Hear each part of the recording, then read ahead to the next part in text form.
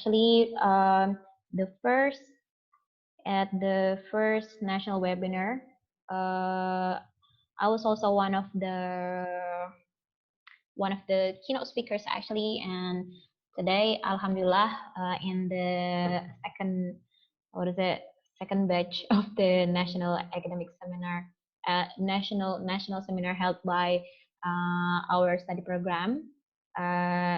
I'm also become the one of the speakers. Oke, ini rata-rata mahasiswa Widagama ya yang ikutan ya.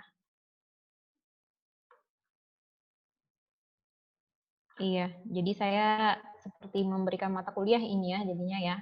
Oke, anak-anak kita kuliah ya.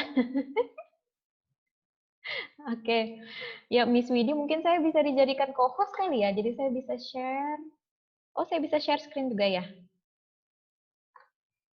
Oh no, saya nggak bisa share screen. Miss Widi, saya bisa dijadikan co-host? Sudah, Miss, sudah bisa. Kayak saya lagi. Oke. Wow, suara geluduknya kedengaran nggak sampai sana? Kedengaran, Miss. Iya ini. Dan kita baru mulai ya. Oke, dan saya juga berada di luar rumah ini. Wah, kita bisa trap. Ini kalian di rumah semuanya? Atau ada yang di luar? Di rumah, Miss. Di rumah. Miss. Di rumah ya, ya. Rumah. Bagus, di rumah aja ya, jangan kemana-mana. Oke, saya display dulu. Ya, materi ini semoga bermanfaat ya, belum juga disampaikan ya. Tapi insya Allah bermanfaat, insya Allah dan mudah-mudahan karena nanti untuk menulis apa sih tema tentang writing ini, tema tentang academic writing ini sebenarnya sangat berguna untuk kalian para mahasiswa yang apa sih untuk prodi kalian kan juga tugas-tugasnya pasti ada tentang menulis essay ya, apalagi mata kuliah yang juga saya pegang ya rata-rata tentang penulisan gitu kan, tentang writing, tentang essay. Nanti sebenarnya ujung-ujungnya adalah final project yang merupakan prasyarat bagi kalian untuk lulus menjadi sarjana gitu ya. Jadi memang even sebenarnya sih gini, bukan cuma kalian para mahasiswa yang nanti diharuskan untuk digembleng nulis terus ya dari semester awal lo udah nulis essay gitu-gitu kan ya. Sampai nanti mau lulus juga masih aja nulis gitu, masih aja nulis skripsi. Nah, sebenarnya kami juga para dosen, kami juga masih menulis dan itu adalah kewajiban bagi kami satu semester minimal satu penelitian gitu. Nah, jadi mungkin kalian bisa bayangkan kalau kalian kan mungkin nulisnya untuk penelitian itu secepat-cepatnya 4 tahun kan ya, kalian bisa lulus cuma sekali penelitian. Nah, kalau kami para dosen satu semester harus punya minimal satu penelitian gitu. Jadi sebenarnya kalau untuk menulis ini kita cuma perlu latihan sih sebenarnya ya. Jadi kalau misalnya semakin jarang kita menulis, maka juga kurang terasah jadinya kemampuan menulis kita ya. Sama lah kalau kata peribahasa orang Jawa itu bisa karena biasa gitu ya. Nah, latihannya banyak, praktisnya banyak gitu. Itu sih sebenarnya ya. Nah, tentunya ada faktor-faktor lain juga yang dapat mempengaruhi tulisan kan ya. Misalnya ya daya baca kita ketika menulis, karena kan sudah banyak tuh ya penelitian dan memang juga sudah dibuktikan. Bahkan sekarang orang juga sudah tidak lagi menulis atau meneliti tentang itu, yaitu hubungan antara kemampuan menulis, achievement di writing ya, dengan kemampuan membaca. Nah, atau reading habits. Nah, itu sudah bisa dipastikan bahwa kalau misalnya dia daya bacanya kurang ya kemungkinan tulisannya juga bakalan berpengaruh gitu ya, kualitas tulisannya juga kurang. Ini ngomong-ngomong suara saya jelas didengar ya? Jelas. Jelas banget, Miss. Jelas, Oke, Miss. Sip, Jelas, sip, Miss. sip. Jadi jangan sampai saya ngomong sendiri ya. Ya, mubazir ntar. Oke, ntar kalau misalnya suara saya agak-agak ini, misalnya nggak jelas gimana, bisa di-interrupt aja kali nanti ya, Haya ya. Oke. Ya, itu sedikit pengantar lah. Jadi intinya academic writing ini pastinya penting banget. Karena kalau writing itu berbeda dengan speaking. Walaupun masing-masing skill di bahasa Inggris, itu dia punya challenge masing-masing ya. Listening, writing, reading, speaking. Jadi masing-masing dari skill ini juga punya apa namanya? Punya challenge masing-masing lah, katakan seperti itu pastinya. Nah, terlebih kalau misalnya di writing, ini agak jelimet ya. Mungkin dulu juga saya selalu bilang sama teman-teman kalau saya pun mengoreksi IC-nya para mahasiswa, pastinya insya Allah bakalan saya baca semua gitu. Jadi ibaratnya juga komen yang dibuat juga insya Allah sepenuh hati ya, maksudnya berdasarkan apa yang teman-teman tulis semuanya saya kasih komen gitu kan, kayak gimana masukannya gitu. Dan biasanya ya detail. Jadi detailnya itu ya termasuk ke grammarnya, ya struktur kalimatnya, ya kan, diction-nya, pemilihan katanya, gitu. Belum lagi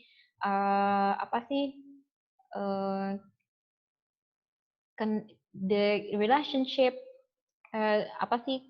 kalimat antar kalimat, paragraf antar paragraf itu nyambung apa enggak, gitu ya, connect apa enggak, gitu, ya.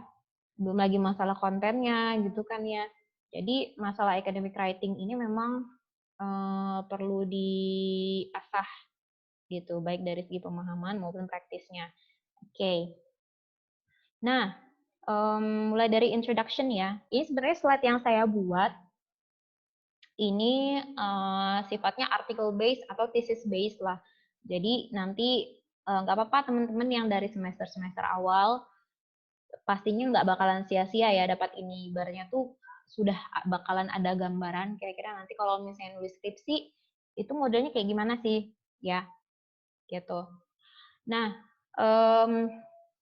lebih lagi nanti dapat sertifikat ya kan. Nah, jadi teman-teman sertifikat ini harus dikumpulin ya, karena nanti ketika kalian lulus kurikulum KKN ini, kalian butuh yang namanya SKPI, Surat Keterangan Pendamping Ijazah. Jadi semua sertifikat yang kalian punya, ya kan, prestasi yang kalian punya, akademik maupun non akademik, itu harus dibuktikan dengan sertifikat, gitu ya. Pernah ikut apa. Jadi jangan sampai nanti ketika di semester akhir baru nyadar, terus ngelihat SKPI-nya nggak ada prestasi apa-apa, nggak ada kegiatan apa-apa, nggak pernah jadi apa-apa, misalnya gitu kan, nggak pernah terlibat di mana kegiatan apa gitu, terus SKPI-nya jadi kosong.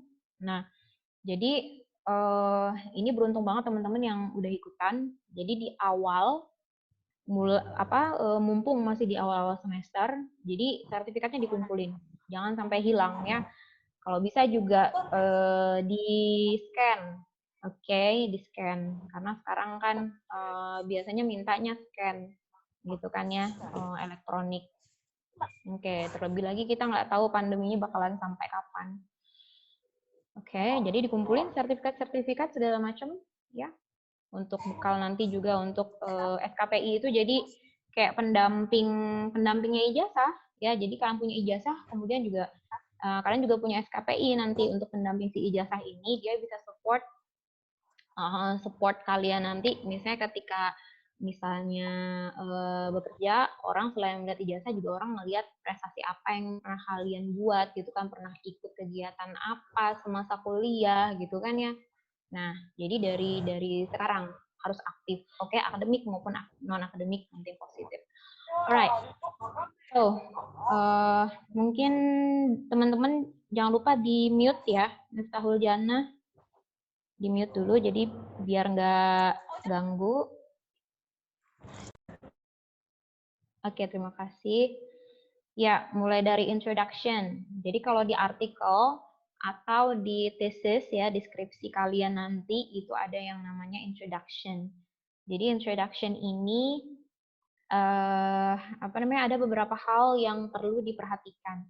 Nah, semua part di dalam tesis kita itu masing-masing punya peranan masing-masing ya. Ibaratnya masing-masing juga penting gitu ya. Nah, di introduction sendiri, hal yang menjadi penting adalah kenapa? Karena pentingnya kita punya introduction yang kuat. Jadi dia merupakan basic kita menulis ya. Jadi tempat kita untuk strengthen idea. Kenapa harus judul ini gitu? Kenapa harus topik ini? Kenapa bukan topik yang lain gitu ya? Di saat orang semua misalnya sudah banyak yang menulis tentang topik ini gitu, kenapa harus kita tulis lagi gitu ya? Jadi introduction ini fungsinya adalah untuk itu. Jadi kita harus strengthen our reason on why we choose the topic or the title of our research. Seperti itu ya. Nah, jadi ada beberapa ketentuan yang harus kalian taati, yang harus kita ikuti gitu ya. Dan wajib harus ada di dalam introduction. Oke. Ini slide-nya udah kelihatan ya. Haya, udah kelihatan ya slide-nya ya? Atau yang lain teman-teman udah kelihatan ya? Jalal, udah kelihatan Jalal? Kelihatan, Miss. Kelihatan, Oke. Miss. Sip. Yang pertama, di point introduction, yang harus ada adalah, ini ngomongin masalah artikel ya, Jadi kalau misalnya artikel itu biasanya dengan spasi 1, 4.000 kata itu bisa dapat 10 halaman ya. Itu biasanya kalau 5 atau 10% dari total itu 2 halaman itu untuk introduction-nya ya.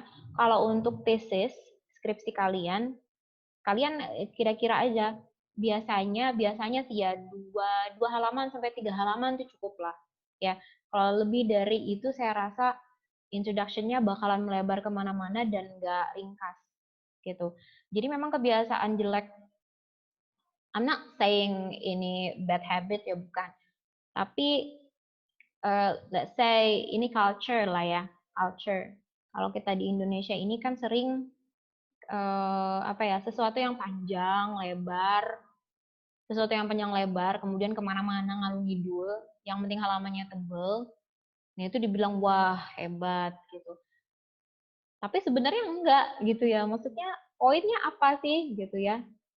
Nah, selama poin-poin yang harus dijelaskan itu sudah terpenuhi, ya sudah, gitu kan ya. Yang penting sumbernya juga sudah adequate atau memenuhi, gitu ya.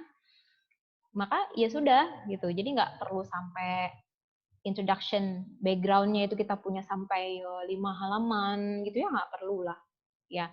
Jadi saya rasa kalau untuk tesis pun itu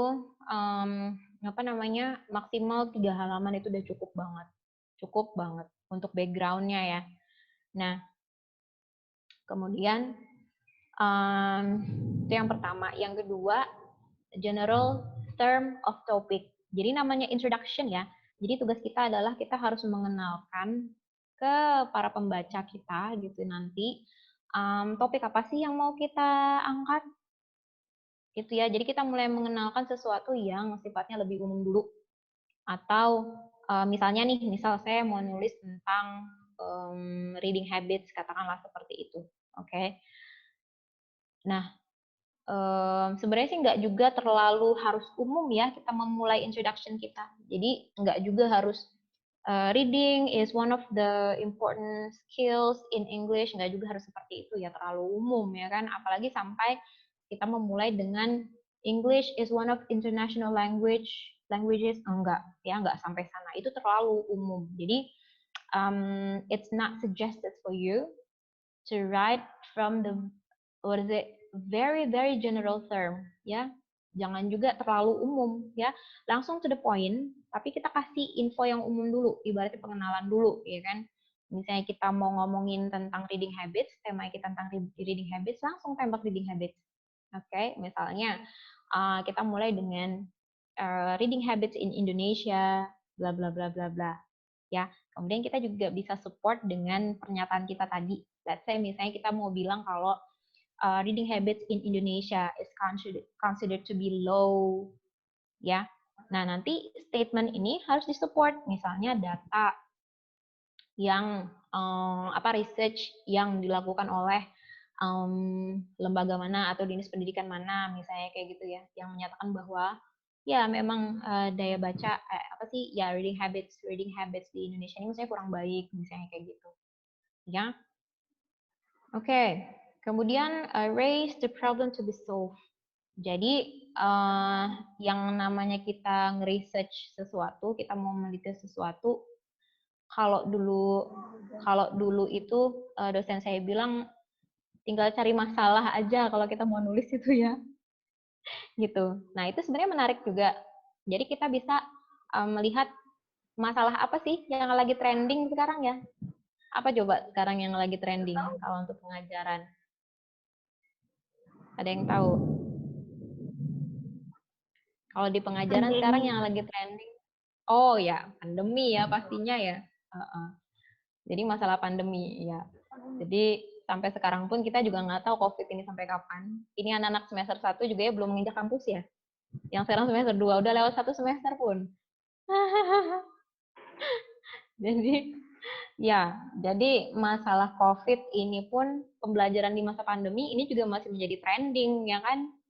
Nah, jadi kita nggak usah lagi berbicara masalah yang tadi korelasi antara minat baca dan writing achievement, nggak usah, itu udah nggak relevan lagi sekarang dan memang sudah terbukti ada hubungannya gitu ya, daya baca dan juga tulisan kita itu memang ada hubungannya. Jadi sekarang orang udah berhenti untuk nge-research itu gitu ya. Atau misalnya kesulitan belajar bahasa Inggris yang dihadapi oleh anak-anak SD mana atau SMP mana gitu ya. Nah, itu juga orang sudah mulai meninggalkan research yang seperti itu karena biasanya walaupun beda site atau beda setting ya, beda tempat, tapi kita sudah bisa mengeneralisasi hasilnya bakalan seperti apa. Maksudnya poin-poin apa yang menjadi masalah dari EFL students, especially in Indonesia gitu ya. Biasanya udah bisa ketebak, oh yang pertama masalah vocabulary, oh yang kedua masalah ini, yang ketiga masalah ini, itu biasanya udah nggak jauh-jauh dari situ gitu loh, dan nggak banyak berubah gitu ya. Jadi ketika kita research sesuatu pun kita harus melihat trending topik saat ini gitu ya. Atau misalnya pembelajaran terkait dengan pandemi ini berarti kita dekat dengan ini ya, IT ya kan. Nah, pembelajaran dengan menggunakan Zoom atau misalnya aplikasi apa yang bisa menyokong pembelajaran di saat pandemi. Nah, itu bisa banget, masih bisa ya, dan masih trending. Nah, jadi masalah-masalah kayak gini nih, misalnya bisa kesulitan belajar, tapi kaitannya dengan kesulitan belajar bahasa Inggris gitu ya, atau challenge-nya, tapi kaitannya dengan pembelajaran di masa pandemi. Nah, itu bisa. Jadi masih relevan gitu ya. Nah, kemudian state of art. State of art ini maksudnya adalah ini ya, previous study ya. Previous study atau sumber-sumber yang kita kutip yang bisa menyokong introduction-nya kita ya, background-nya kita. Jadi previous study itu adalah penelitian yang sebelumnya, yang biasanya mereka juga punya fokus penelitian yang sama dengan research-nya kita, gitu. Jadi mereka itu dijadikan previous study, gitu ya. Mereka juga sama-sama meneliti reading habits sama dengan saya, gitu ya. Nah, jadi mereka itu saya jadikan previous study dan saya bisa mengutip dari mereka, gitu kan ya. Nah, misalnya dengan hasil penelitian mereka apa gitu ya, bisa dikutip. Kemudian state of art ini juga, intinya kalau state of art, selain previous study, itu juga terkait dengan kutipan-kutipan dari sumber lain juga yang bisa menyokong ide kita ya di introduction. Kemudian state what we expect to achieve, ini maksudnya objektifnya ya. Jadi, apa sih tujuan kita untuk meneliti ini? Nah, gitu. Jadi setelah kita jelasin yang poin-poin di atas tadi, maka penutupnya adalah kita harus bikin kayak thesis statement. Nah, yang udah pernah belajar tulis ini ya, essay ya. Jadi ada thesis statement tuh. Jadi thesis statement itu ya berfungsi menggiring pembaca, apa sih sebenarnya maunya si penulis ini, apa sih yang mau dilakukan di research ini ya kan. Nah, thesis statement-nya kalau di research itu ya. Nah, sama kurang lebih kayak di essay lah ya. Jadi thesis statement-nya di sini adalah tujuan kita nih. Apa sih mau kita? Apa yang mau kita gali? Apa yang mau kita dapat? Apa yang mau kita achieve di penelitian kita ini gitu ya. Misalnya, this thesis, the researcher would like to investigate reading habits of bla bla bla bla misalnya gitu. Ya, jadi harus ada thesis statement itu di akhir dari introduction kita. Ya. Nah, oke. Nah, poin terakhir, preliminary research is possible to write to strengthen reasons of choosing the topic. Nah, jadi preliminary research ini atau pre-research ini juga penting ya. Kalau di tesis anak-anak S1, anak-anak kampus kita khususnya ya, biasanya saya atau dosen-dosen lain juga pastinya bertanya gitu. Memangnya ada apa di sekolah itu? Kok meneliti minat bacanya anak-anak di sekolah itu? Misalnya kenapa di sekolah itu gitu kan ya? Memangnya ada apa di sekolah itu? Gitu. Nah, jadi preliminary research ini juga salah satu poin yang bisa menguatkan alasan kita kenapa kita meneliti di situ, kenapa tema kita itu, ya kan? Jadi misalnya, jadi preliminary research ini dilakukan sebelum real research ya. Jadi even sebelum kita menentukan, oke, ini judul saya pre-research dulu ke tempat yang ceritanya ada ancang-ancang nih saya mau meneliti di situ, ya kan? Jadi saya pre-research, saya datang, atau kalau pandemi ini kita bisa tanya-tanya, interview gitu ya, telepon, video call, atau apalah ya pandemi ini. Saya tanya, Bu, anak-anak di sana, di sekolah ini, belajar bahasa Inggrisnya bagaimana? Punya masalah nggak? Mereka masalahnya lebih kemana gitu kan ya? Atau misalnya di bahasa Inggris mereka tuh achievement-nya bagaimana gitu ya? Oh, di sekolah ini anak-anak itu sangat kurang di misalnya vocabulary atau di writing. Nah, kok bisa gitu Bu? Kenapa? Gitu ya. Atau jadi kita bisa gali informasi di situ. Oh, ternyata tekniknya yang perlu diperbarui gitu ya, nggak sesuai dengan kebutuhan apa gimana. Nah, itu bisa kita angkat menjadi tema di penelitian kita. Seperti itu, ya. Jadi itu bisa menguatkan alasan kita juga kenapa topik itu, kenapa di tempat itu, ya. Ya dari pre-research ini tadi, oke, preliminary research ini tadi. Nah, teman-teman kalau misalnya ada kakak tingkat kalian yang minta data untuk pre-research, pernah kan ya si Iqbal yang kemarin saya ada share juga di grup. Nah, itu baru pre-research. Jadi dia tuh pengen tahu dulu nih, teman-teman di masa pandemi ini untuk belajar bahasa Inggrisnya itu lebih menggunakan aplikasi apa gitu ya. Itu belum research lagi, belum menentukan. Oh, ternyata teman-teman misalnya banyak yang pakai YouTube. Nah, barulah dia angkat YouTube gitu. Jadi subjeknya juga bisa diambil tuh teman-teman yang ngambil yang pakai YouTube aja yang akan dijadikan subjek gitu. Selebihnya enggak. Nah, ya jadi pre-research ini berguna banget di research. Lanjut. Nah, setelah literature review, setelah introduction tuh ada literature review. Sebentar saya minum dulu.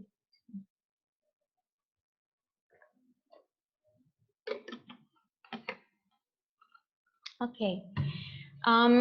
Di literature review ini, tempatnya adalah, namanya juga literature review ya, berarti di situ ada a bunch of literatures yang tentunya relevan dengan topik kita, ya kan? Jadi, ada beberapa poin juga yang penting untuk di-highlight di sini yang perlu diperhatikan ya. Pertama, ini terkait dengan sumber ya, sumber-sumber yang kita kutip kalau di literature review. Oke, yang pertama adalah relevant sources. Oke, jadi misalnya kalau saya ngomongin masalah reading habits, ya jangan kutip di luar tema itu, jangan bikin poin-poin di luar tema itu dan mengutip tesis orang atau artikel orang yang di luar tema itu, gitu ya. Jadi harus relevan. Kalau misalnya kita perlu informasi tentang reading habit, ya udah, berarti kita cari sources yang seputar reading habit aja, gitu ya. Nah, the last 10 years, ini maksudnya sumber yang kita pakai idealnya 10 tahun terakhir. Ya, jadi misalnya sekarang 2021 berarti 2000 berapa tahun terakhir? 10 tahun belakang. Nah, ya, cuma biasanya kalau di tahun 2000-an, biasanya kalau di Widyagama ya, dosen-dosen masih maafkan lah ibaratnya, masih. Karena kalau 2000-an mungkin masih diterima lah gitu ya. Tapi idealnya 10 tahun terakhir, dari tahun sekarang gitu. Nah, kecuali memang untuk tema-tema yang literaturnya kurang banyak, misalnya kayak linguistik.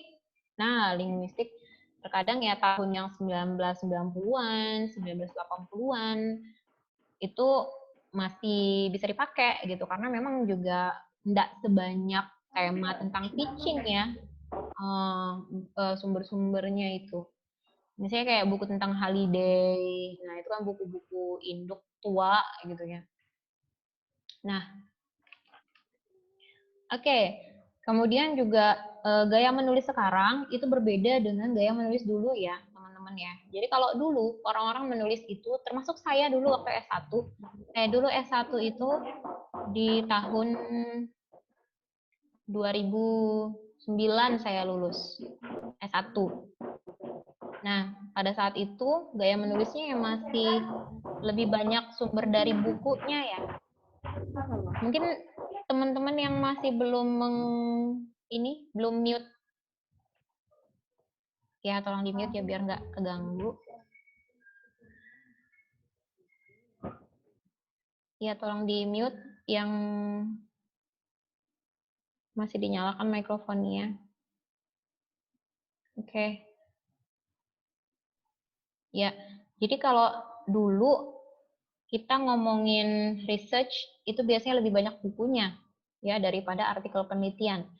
Karena pada saat itu juga trennya beda ya. Kalau dulu kan orang mungkin ada jurnal yang di dalamnya tuh artikel penelitian ada, cuma sifatnya offline. Dan kita kalau mau dapat itu ya kalau mau pinjem ya jarang ada ya, biasanya kayak nebus gitu. Ya kan ya beli lah gitu.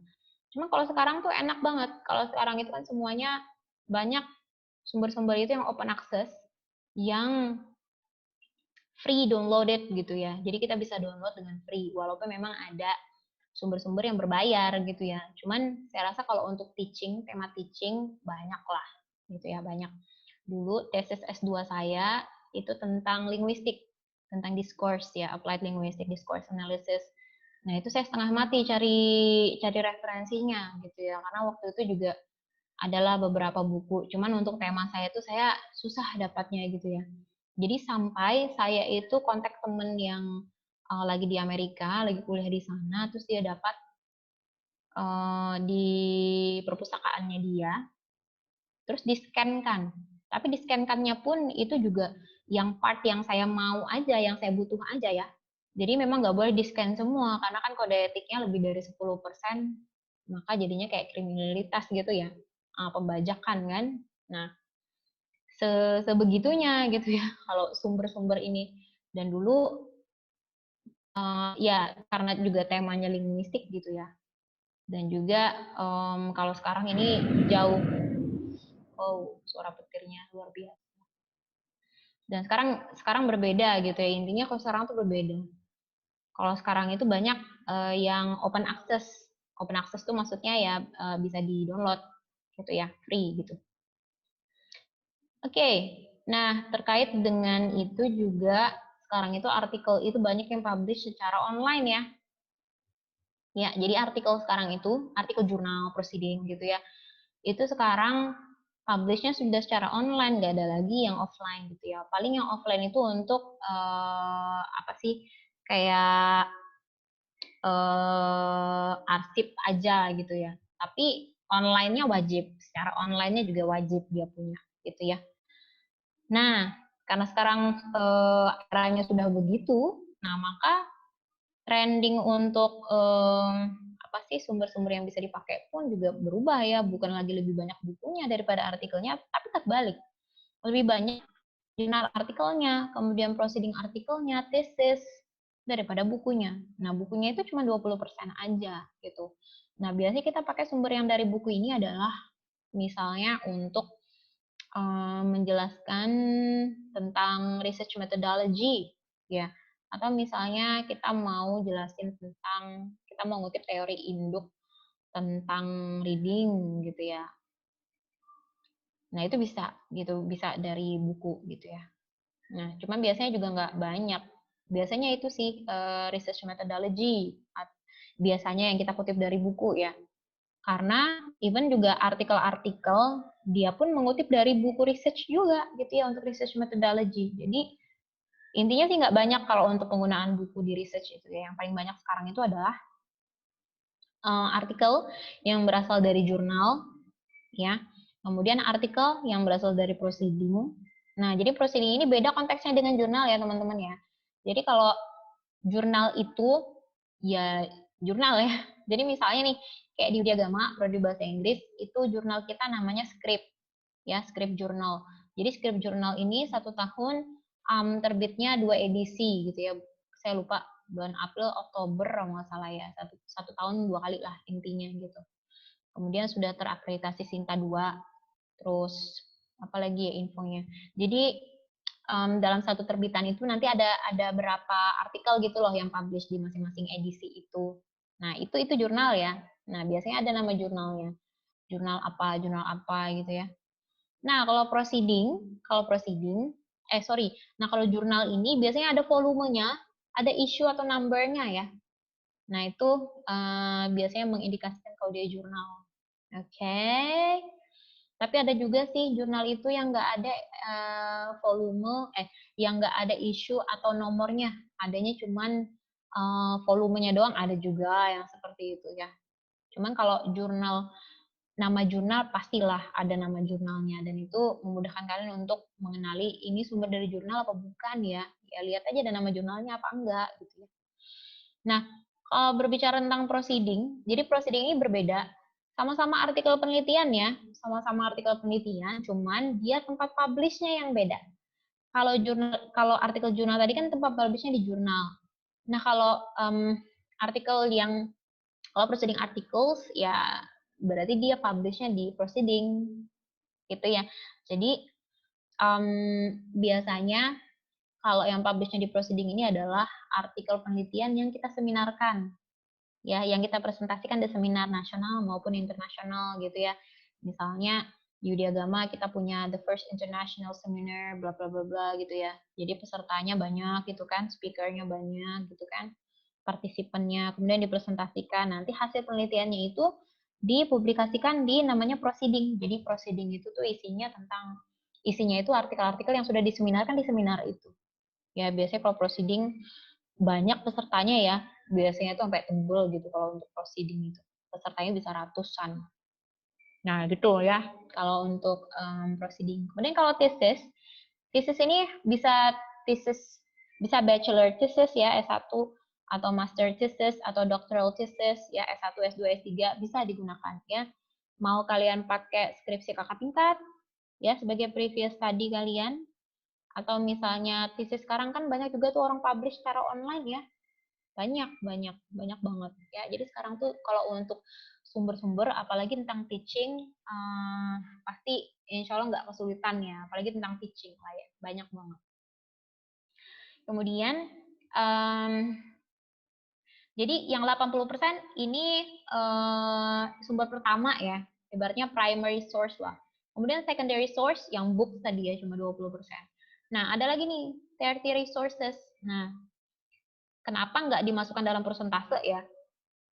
Karena gini, kalau misalnya tertiary sources ini maksudnya artikel juga, cuma dia artikel yang publish online tapi bukan di jurnal, bukan di proceeding, bukan juga tesis S1, S2, S3, bukan, tapi dia artikel yang memang publish di website tertentu misalnya gitu ya. Ada nama penulisnya, ada tahun rilis secara online-nya. Nah, itu artikel online. Ya. Ini boleh dikutip tapi sifatnya ketika yang primary sama secondary ini tadi memang nggak ada gitu ya, yang kita butuh, yang ibaratnya oke, yang artikel online ini saya butuh banget nih, bagus banget nih infonya, baru boleh diambil gitu ya. Kalau selama dia nggak penting-penting banget, kita masih bisa mengandalkan yang artikel jurnal, proceeding, thesis, ya artikel online dari web page ini ya nggak perlu, ya nggak usah ya, nggak perlu kita ambil untuk sumber kita ya, karena dia kurang memadai sifatnya ya. Nah, yang penting ada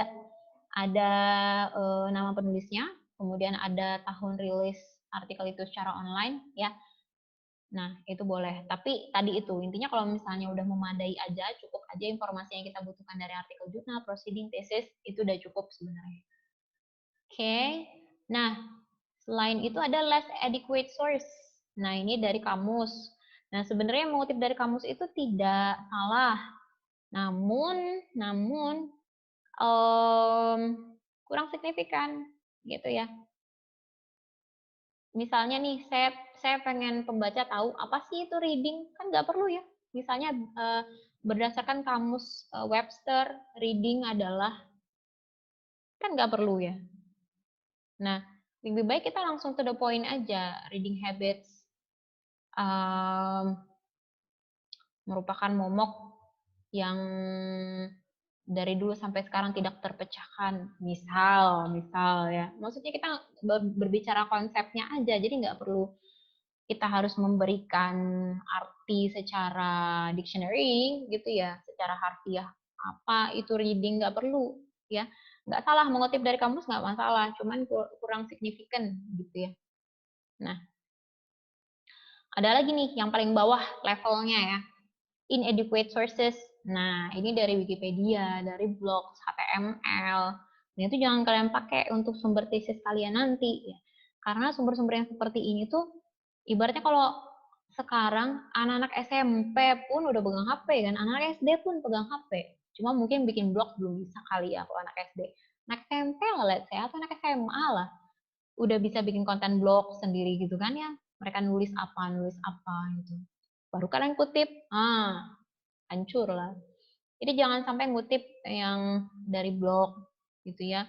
Even saya juga misalnya saya dosen, tapi saya punya blog tempat-tempatnya itu loh, yang oke lah misalnya saya. Kalau misalnya kalian kutip yang lain-lain gitu ya, intinya jangan.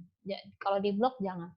Kecuali misalnya saya yang nulis, tapi saya nulisnya di jurnal artikel, di jurnal gitu ya, baru boleh. Tapi kalau saya nulis di blog tetap jangan kalian kutip gitu, karena tempatnya itu tempat publikasi yang kurang terpercaya lah, katakan seperti itu, untuk academic writing seperti tesis gitu ya.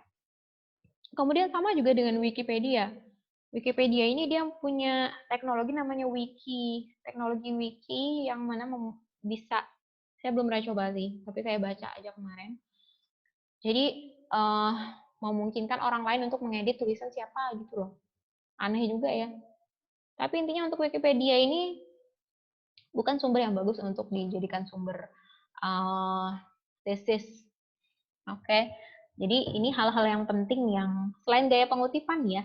Nah, jadi untuk gaya pengutipan sebenarnya kalau untuk nggak cuma berlaku di literatur review di bab 2 ya, tapi untuk gaya pengutipan itu mulai bab 1 di introduction sampai di discussion di bab 4 itu dipakai terus gitu ya, kecuali di conclusion ya, di kesimpulan. Kalau di kesimpulan kita udah nggak pakai lagi namanya, kita udah nggak boleh lagi namanya mengutip, nggak perlu ya. Jadi cuma tinggal nyimpulin aja gitu lah, apa sih hasilnya gitu, apa sih suggestion-nya gitu ya, saran-saran untuk penelitian kedepannya nanti kayak gitu. Oke, yang ketiga saya coba supaya cepat, supaya nggak lebih dari jam 3 untuk ngejelasin ya. Oke, research methodology.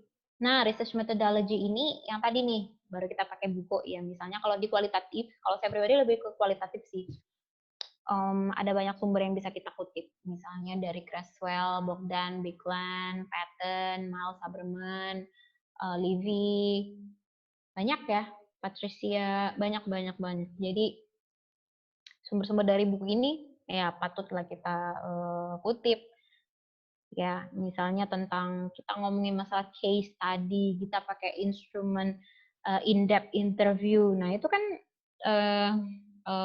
ini ya teori dari para expert itu kan ya, yang punya buku-buku kualitatif itu. Nah, maka disitulah tempat kita mengutip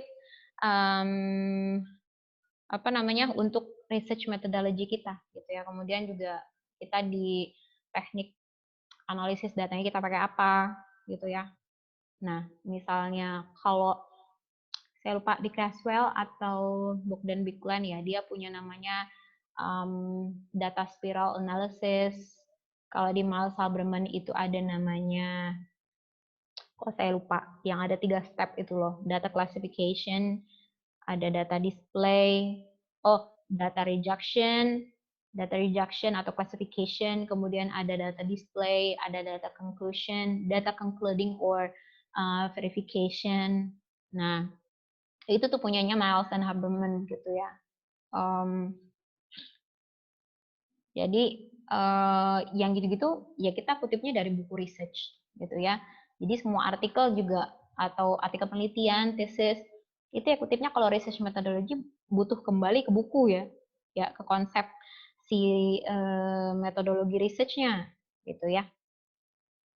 Nah, jadi di research design kita perlu jelasin nih, kita pakai research design apa ya, etnografi kah, kita pakai case study kah, ada banyak sih, ada banyak ya. Kemudian subjeknya juga perlu kita perjelas, siapa yang akan jadi subjek kita gitu ya. Bahkan jumlahnya juga kita harus sebut tuh ya. 2 kelas di sekolah ini, 2 kelas yang jumlahnya ada berapa gitu ya. Jadi penting juga kita perjelas untuk subjeknya. Nah, kemudian instrumen juga sama. Instrumen apa nih yang cocok dipakai? Misalnya interview kah, questionnaire kah, ya atau misalnya pakai tes kah gitu ya. Atau observation kah gitu ya. Oke. Cuma kalau untuk pandemi ini direct observation itu akan sangat susah dilakukan ya karena pandemi. Kalau dulu sebelum pandemi, kalau untuk kualitatif itu kita biasanya sih lebih banyak pakai observation karena untuk melihat langsung itu jauh lebih baik ya. Kalau memang itu relevan ya. Kalau selama dia misalnya hanya cukup dengan interview, dokumen analisis ya monggo. Tapi biasanya kita lebih cenderung untuk melihat langsung directly secara langsung tentang apa yang terjadi gitu ya, misalnya fenomena apa yang terjadi di kelas terkait dengan reading habits. Kita juga perlu interview ke gurunya, ke siswanya beberapa gitu ya. Nah, kemudian data collecting ini kita cuma perlu jelasin gimana kita collect datanya gitu ya. Kemudian kalau data analysis yang tadi saya bilang bisa pakai teknik spiral model gitu ya, atau yang flowchart yang Miles Haberman yang ada data verification itu tadi ya. Jadi baru kita jelasin juga gimana cara kita menganalisis gitu ya, atau konten analisis terus kita pakai coding gitu ya, kemudian di classify bla bla bla gitu. Ya. Jadi ini juga poin penting. Semuanya penting sih ya. Oke, lanjut. Findings. Untuk findings ini yang penting readable, kemudian understandable. 2 ini sih yang penting sebenarnya. Kemudian kalau misalnya kita langsung intinya kalau di findings ini poinnya adalah kita menjawab dari research question-nya kita ya. Jadi tujuan penelitian kita ini tadi apa? Apa yang mau kita cari? Yang kita sudah state di thesis statement kita tadi di introduction kan? Kemudian kalau di tesis biasanya kan ada juga tuh poin untuk research objective, ya kan? Nah, intinya itu kita mau ngejawab itu tuh ya di findings kita.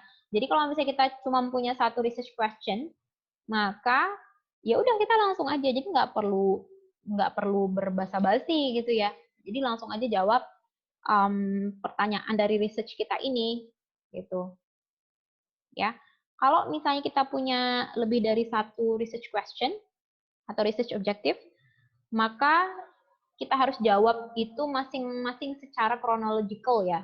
Jadi misalnya yang research question 1 dulu tuh, kita state lagi kan research question yang pertama apa, baru kita display di situ hasilnya, baru nanti research question yang kedua apa, di state, kemudian di display lagi hasilnya. Ya. Jadi yang mudah dipahami, yang enak juga dibaca. Nah, ngomongin masalah hasil yang enak dibaca itu yang kayak gimana sih, gitu ya. Nah, jadi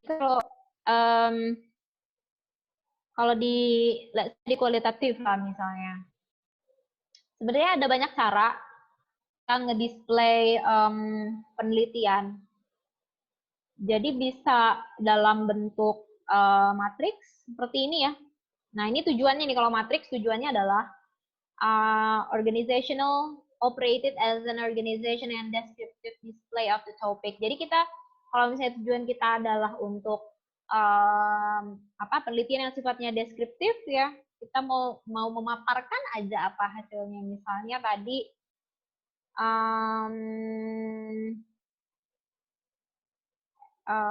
evaluasinya bagaimana, misalnya implementation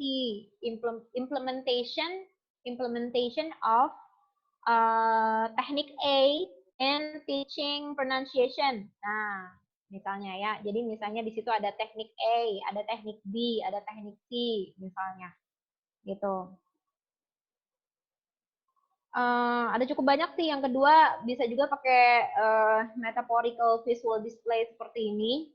Ya, jadi tujuannya ya untuk melihat misalnya ada apa sih keseimbangan atau misalnya ketidakseimbangan antara hasil satu dan lainnya, ya. Nah, model Venn diagram gini juga bisa ya kalau kita tujuannya untuk memaparkan aspek of konsep, kategori gitu ya, atau proses sesuatu gitu.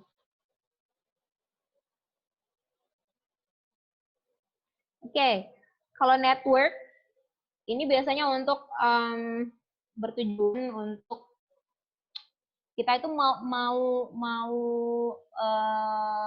mengemukakan hubungan antara hasil satu dan lainnya gitu ya.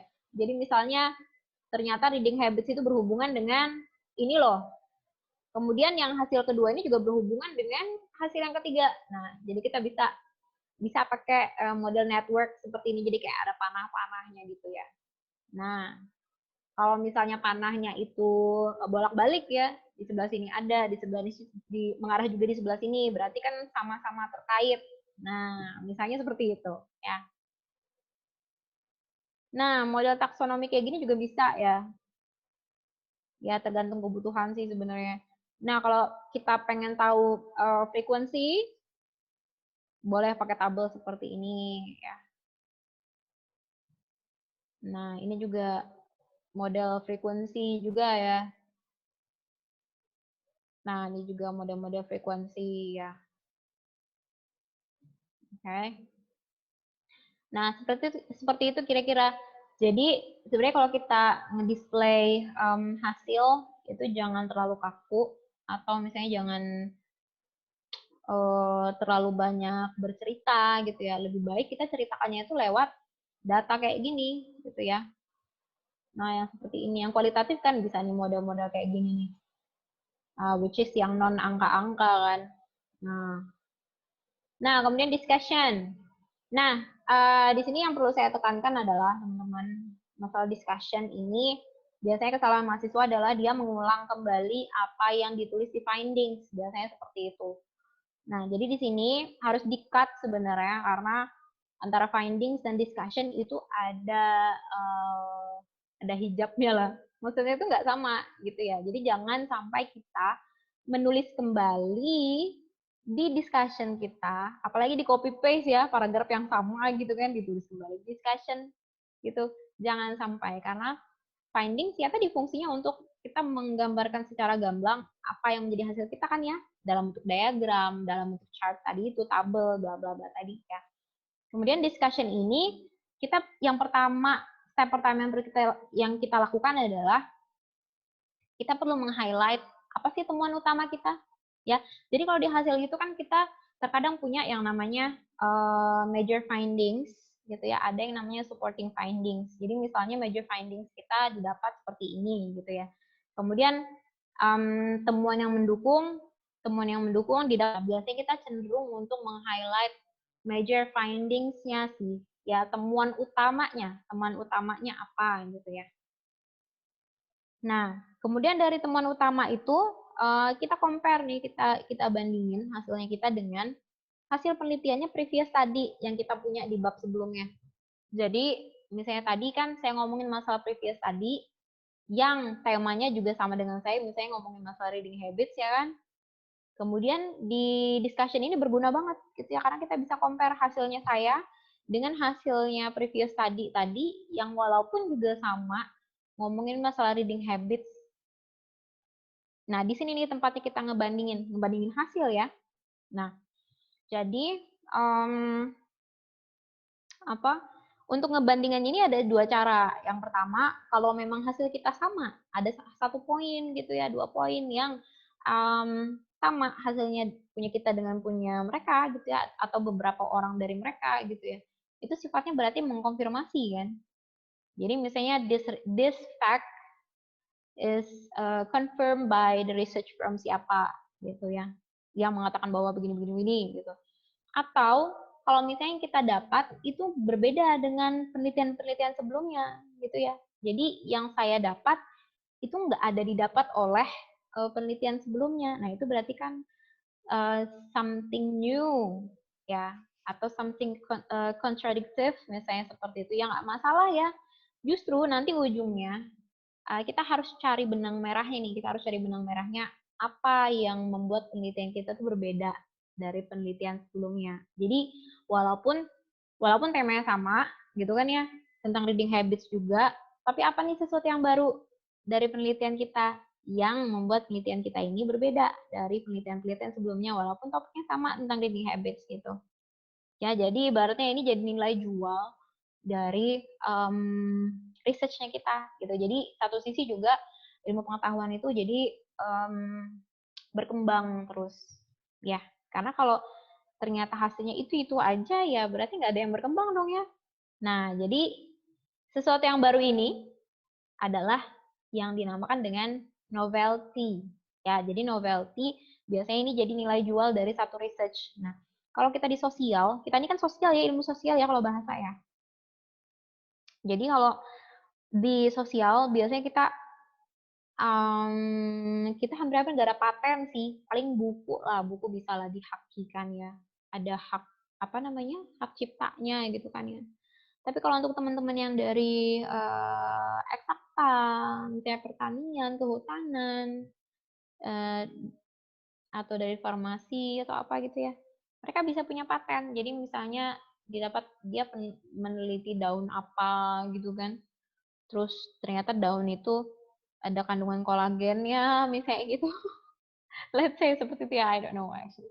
Jadi hasil penelitian ini bisa dibeli berapa ratus juta gitu misalnya oleh produk kecantikan apa gitu, bisa. Dan itu terjadi beberapa kali gitu ya, dan ada teman dosen juga di UMO yang dia dari eksakta dan hasil penelitiannya itu dibeli gitu berapa ratus juta oleh satu produk kecantikan Martha Tilaar, tahu kan ya, pasti tahu lah gitu. Jadi satu tumbuhan yang ada kandungan apanya gitu loh.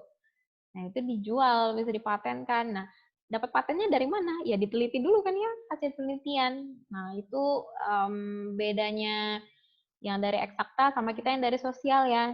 Beda patennya. Kita itu tadi sih hampir nggak ada patennya.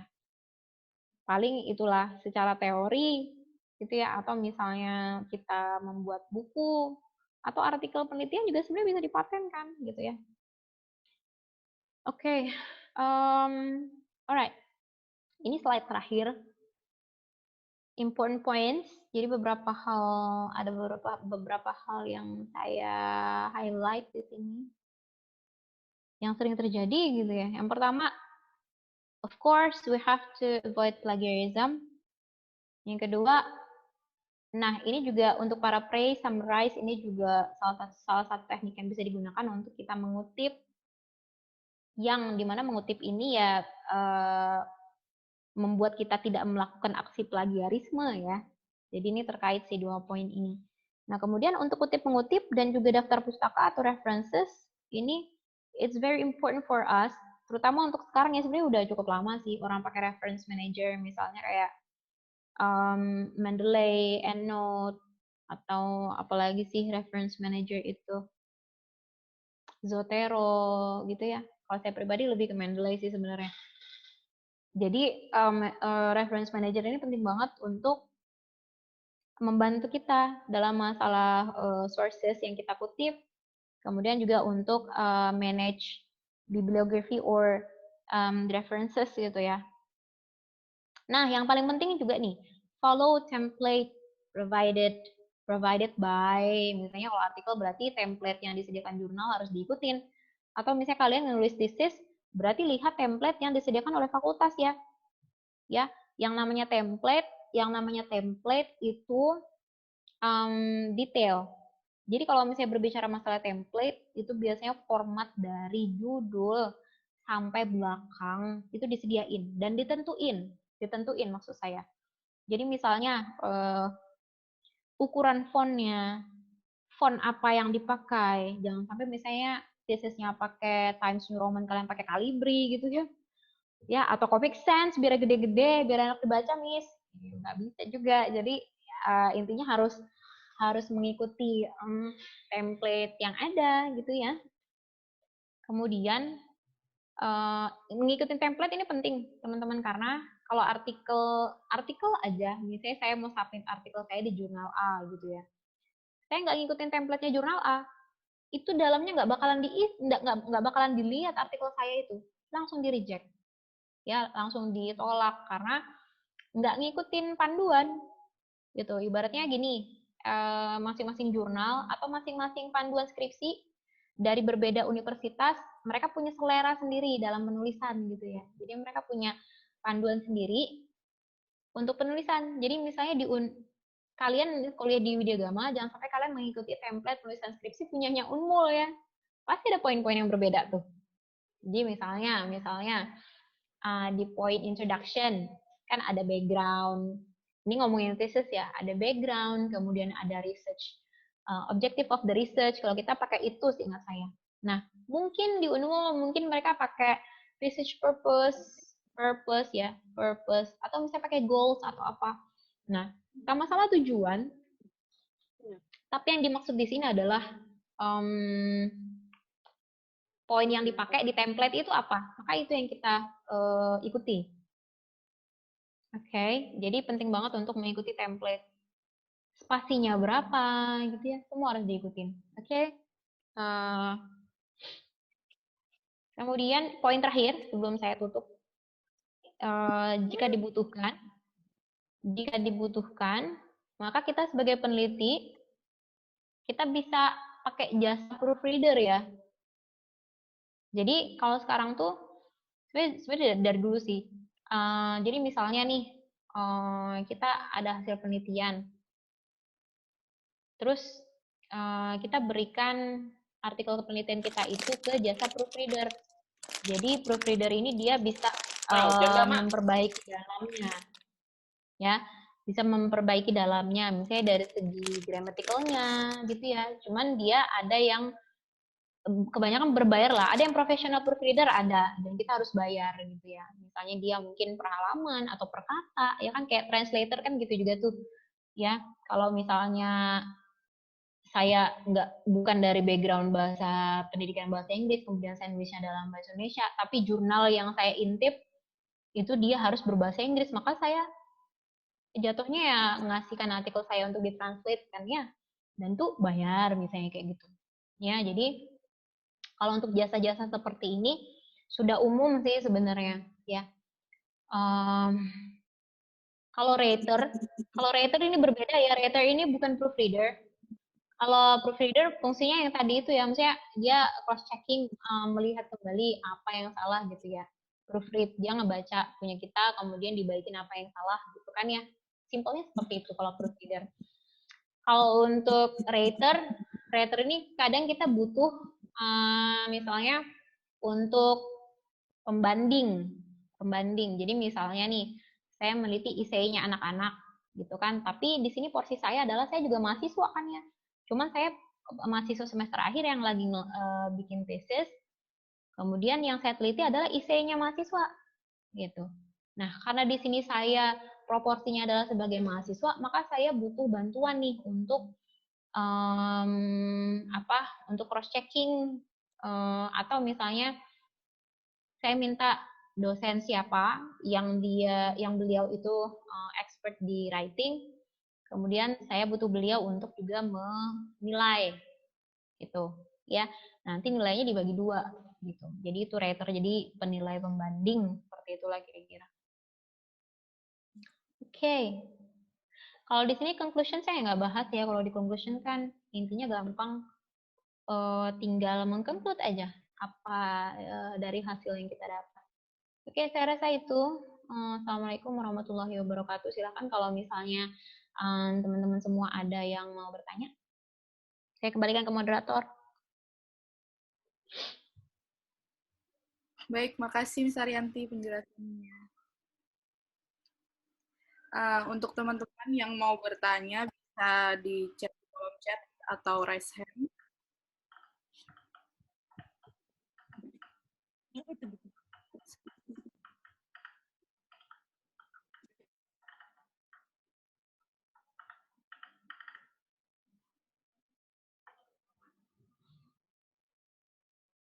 Nggak ada yang nanya berarti paham ya. Udah jelas kayaknya, Miss. Udah jelas. Ya, selalu gitu deh. Kalau saya yang jelasin pasti gitu. Udah jelas, Miss. Miss, saya mau nanya, Miss. Iya, Juang. Ini Miss, kalau yang misalnya tadi jurnal sama apa tadi? Yang diseminarkan itu apa Proceeding. namanya? Proceeding. Ya, proceeding. Oke. Kalau proceeding kan tadi di seminar besar, Miss. Tapi kalau jurnal itu di proceeding kan juga nggak mestinya di dalam di seminar? Enggak. Jadi kalau itu ibaratnya ini proceeding, ini jurnal. Jadi itu tempat publikasi yang berbeda, Juang. Jadi gitu. Jadi kalau misalnya nih, saya punya artikel penelitian ya. Ini saya mau publish di mana? Mau publish di proceeding atau saya mau publish di di jurnal ya kan? Kalau saya memang misalnya, let's say saya mau submit ke script jurnal punya prodi bahasa Inggris Widya Agama. Jadi kalau misalnya artikel saya keterima, nah berarti artikel saya kan nantinya publish di di jurnal script edisi keberapa kan gitu. Nah itu kalau jurnal. Tapi nggak perlu diseminarkan ya, karena dia bukan tempatnya gitu ya. Jadi kalau paling biasanya kalau untuk prosesnya untuk publish di jurnal itu biasanya di review.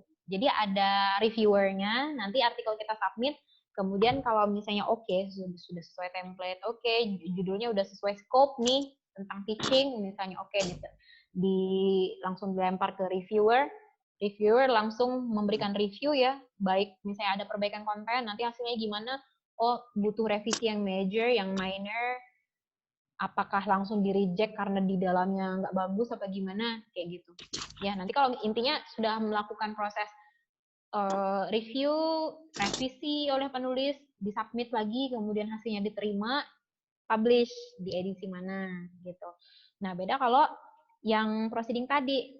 Jadi kalau proceeding ini tadi, dia tidak publish kebanyakan tidak publish di jurnal. Ada sih, jadi tapi biasanya dia yang terpilih aja.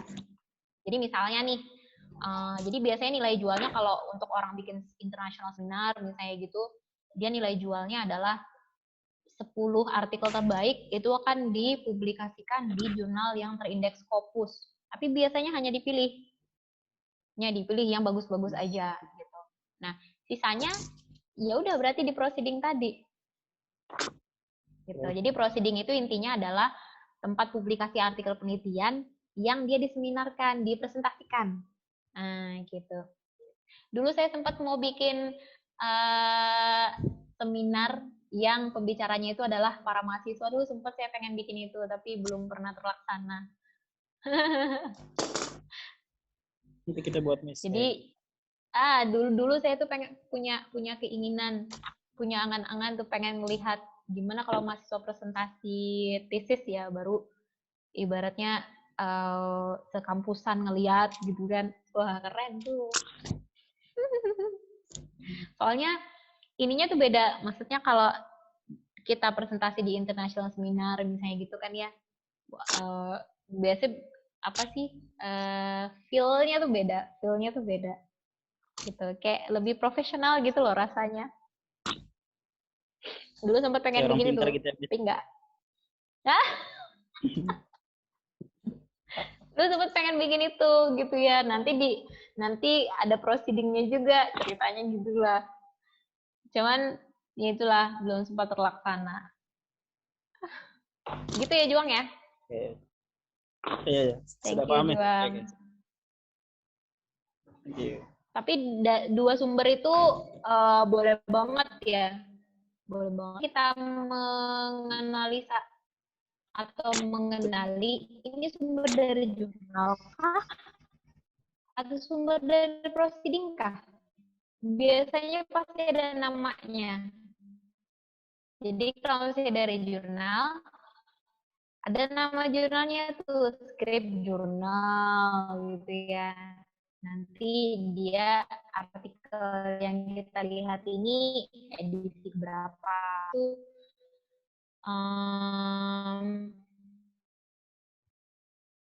apa proceeding international proceeding of international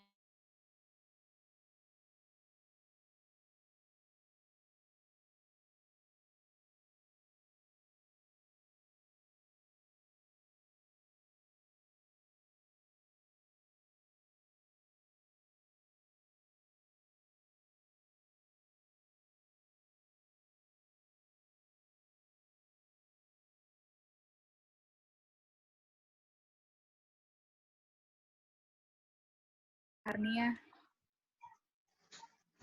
Assalamualaikum warahmatullahi wabarakatuh. Maaf sebelumnya, Miss. Saya Dinda Yuresna mau nanya. Kalau di penelitian kuantitatif, biasanya kan analisis datanya menggunakan SPSS. Namun kalau di kualitatif harus memvalidasi datanya dengan triangulation. Nah, bisakah Miss menjelaskan konsep triangulation itu sendiri? Terima kasih, Miss. Oke. Yap. Langsung saya jawab ya, Haya ya. Jadi kalau untuk triangulation itu yang pertama, kalian harus cari dulu, harus memahami dulu konsepnya triangulation itu seperti apa, gitu ya. Dia ada beberapa tipe. Jadi beberapa tipe ini yang harus kalian pahami dulu. Nah, jadi kalau untuk memvalidasi hasil temuan kita ini, in terms of kualitatif tadi ya, yang pertama kita bisa melihat hasil kita ini maksudnya cocok nggak dengan teori yang kita punya. Nah, makanya tadi saya bilang teori di bab 2 yang kita punya ini tadi itu akan dipakai sampai hasil gitu. Jadi misalnya saya tadi kan mau nganalisa turn taking tadi ya, alih bicara gitu ya, ada beberapa. Ini tadi kan saya punya panduannya adalah teori dari expert siapa, yang itu ada di bab 2 saya kan.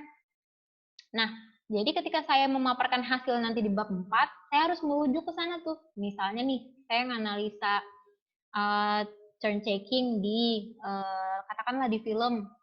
Kemudian di adegan yang mana? Oh, di situ ada turn taking-nya, ada intonasi naik, intonasi turun, ada pause, ada di situ stressing di bagian mana gitu ya. Nah, itu masuk tipe turn taking yang mana. Nah, masuk tipe turn taking yang di mana ini kita kan memvalidasinya itu kita kembali ke teori. Gitu kan ya. Kita kembali ke teori yang kita punya di bab 2 tadi. Makanya saya bilang bab 2 ini disepelekan, tapi sebenarnya itu dasar. Gitu ya, kalau misalnya bab 2 kita itu miskin, apalagi nggak bisa dijadikan dasar kita nanti untuk menganalisa di bab 4, wah itu berat, susah. Nah itu. Kemudian yang paling enak itu kita juga bisa memvalidasinya itu dengan menemukan rater tadi itu, ya, pembanding gitu. Jadi sebenarnya gini, kalau untuk memvalidasi hasil temuan, whether di kualitatif atau kuantitatif, itu kan tujuannya untuk meyakinkan whether hasilnya ini valid atau enggak kan gitu ya. Nah, untuk meyakinkan pembaca kalau hasil ini valid atau enggak, makanya kita perlu sesuatu untuk bisa memvalidkan hasil kita kan ya. Nah, itu tadi. Jadi kalau di kuantitatif itu kita bisa pakai tryout ya. Kita memastikan bahwa item-item soal kita itu valid gitu ya, nggak terlalu susah, nggak terlalu mudah. Nah, itu untuk cara memvalidasi juga gitu. Itu kalau pakai tes. Nah, kalau yang tadi triangulation, kita juga bisa memvalidasinya itu ke rater tadi itu. Jadi misalnya kita pakai jasa, misalnya minta tolong ke siapa gitu kan, Miss siapa gitu kan, Pak siapa gitu. Pak minta tolong proofread untuk hasil saya ini, saya benar nggak cara menganalisanya. Atau kita minta beliau juga menilai, nanti nilainya itu bisa dibagi 2 gitu. Posisinya sebagai rater. Jadi bisa rater atau proofreader gitu ya. Selain itu juga kalau untuk konsul ke dosen itu juga menjadi salah satu teknik yang termasuk investigator juga sih. Jadi misalnya nih konsul nih, Miss ini hasil saya gitu ya. Nah kalau misalnya ada perbaikan, oh nggak gini, harusnya begini. Nah itu juga merupakan bagian dari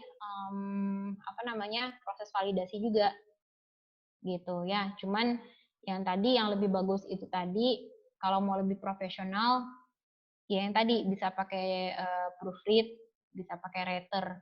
Sebenarnya nggak harus juga sih berbayar karena kalau mahasiswa kan pasti susah lah. Maksudnya something to do with money kan, apa ya berat lah, susah lah gitu kan ya. Maksudnya apalagi anak kos segala macem, apalagi harus bayar jasa buat proofread lagi gitu ya. Sebenarnya nggak juga, itu tadi misalnya minta tolong ke dosen. Tapi kalau untuk proofread atau menjadi writer ini jangan temen sebaya ya, karena kalian proporsinya kan sama, maksudnya sama-sama mahasiswa pun gitu kan, jadi kurang kompeten gitu ya. Atau misalnya kalau misalnya kalian meneliti di sekolah, kalian bisa meminta tolong guru untuk menjadi writer pembanding gitu. Jadi kalian juga meneliti tulisan anak-anak ketika menulis deskriptif teks, gurunya juga diminta gitu. Cuman kita juga harus bilang kalau Bu ini saya minta tolong Ibu menjadi writer saya gitu kan. Maksudnya untuk memvalidasi apakah untuk supaya ada penyeimbang aja gitu loh. Ya jadi ada nilai dari segi kalian sebagai peneliti, ada penilai dari dari orang yang lebih kompeten, guru kah, dosennya kah, gitu ya. Oke, Miss, Itu makasih kalau banyak. kualitatif. Iya. Ada yang mau nanya lagi, Miss?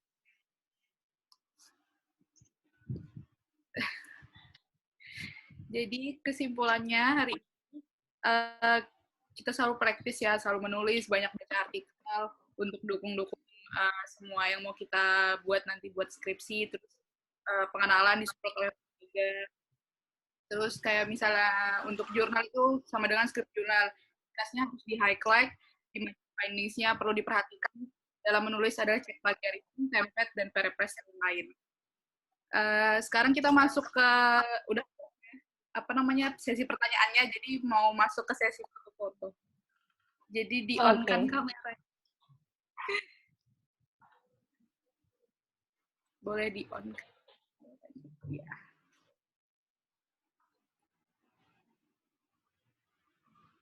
Oke. Oke, Miss Arianti bisa Saya pindah dulu. Kenapa Miss Widi? bisa di stop share dulu. Oh iya sih, sebentar. Ntar, ini saya, sorry. Oke, stop share. Oke. Oke, jadi yang belum yang on kameranya ya.